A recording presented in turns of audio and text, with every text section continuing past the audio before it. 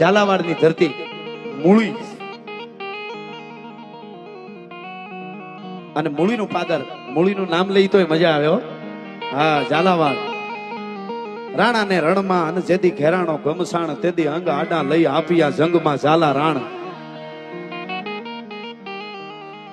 અને ઈ મૂળીના પાદરમાં વર્ષો પહેલા બનેલી ઘટના જોમબાઈમાં નામના રાજપૂતાણી.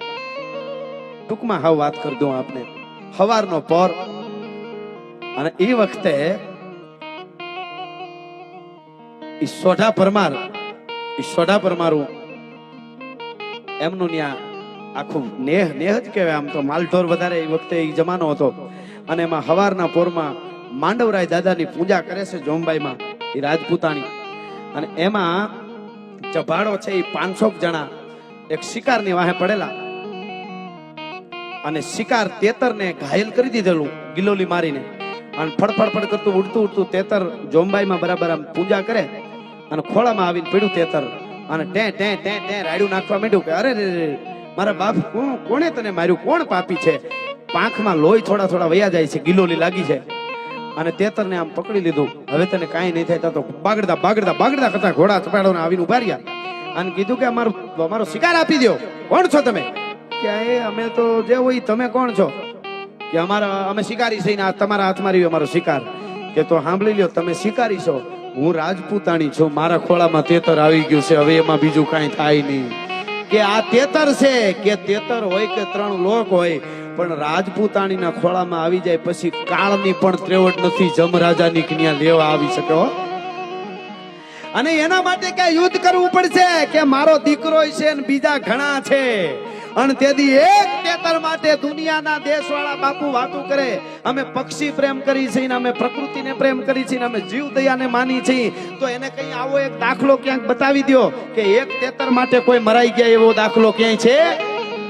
નકર અમારા ભારતમાં છે, અમારી ધરતીમાં છે, અમારી ધરતીમાં છે.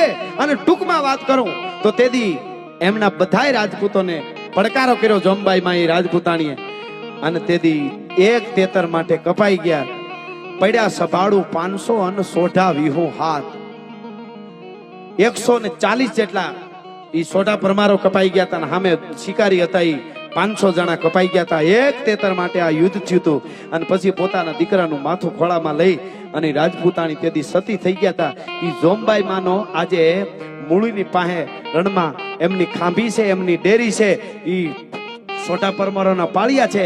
ઈ જોમબાઈ માની ડેરીએ આજ પણ કોઈ બેન દીકરીને ધાવણ ન આવતું હોય એને એનું વસ્ત્ર જે પહેર્યું હોય, ઉપવસ્ત્ર પહેર્યું હોય, એ વસ્ત્ર એને ચડાવ્યાવાની માનતા કરે એટલે એના હૈયામાં દૂધ આવી જાય છે આજ પણ. અને મને કેટલાય ફોન આવે છે, પણ આજે જ રસ્તામાં આવતો તો એક ભાઈનો ફોન આવ્યો કે આ સ્થળ ક્યાં છે એ મને ખબર નથી અને અમારે કૃપા થઈ છે.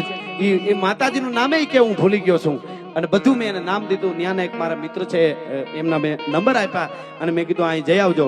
પણ હવે મૂળ વાત કહું નીકળી છે એટલે મૂળ વાત. થોડા વર્ષો પહેલા અમેરિકાથી એક જુગલ ભારતના પાળિયાનું સંશોધન કરવા આવેલું અમેરિકાથી. અને જે માણસને આની હિન્દુસ્તાનની કાંઈ ખબર ન હોય પણ એ સંશોધન કરવા બાપુ આવેલા.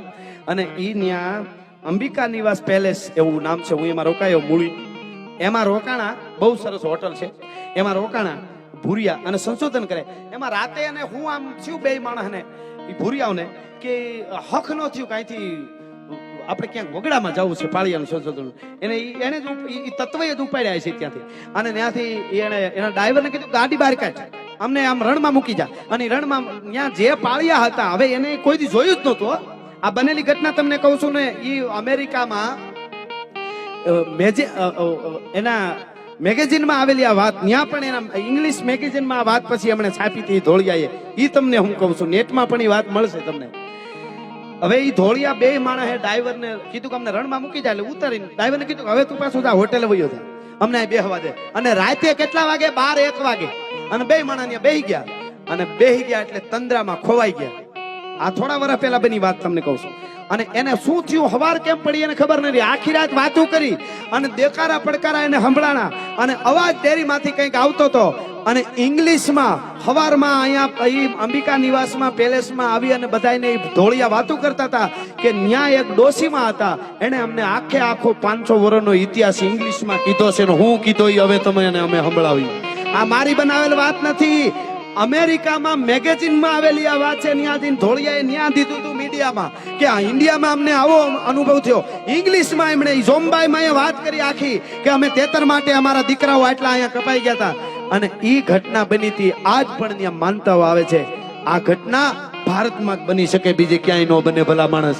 એટલે મને વચ્ચે યાદ આવી ગયું કે ઝોમ્બાઈમાં એમને બેન દીકરીનું વસ્ત્રની માનતા કરે તો એને ધાવણ આવવા માંડે છે. ઈ છે એવી ઘટના. એટલે અહીં બેઠા એને બધાને કહું જ્યારે ધર્મની વાત આવે ત્યારે એક થઈ જાજો.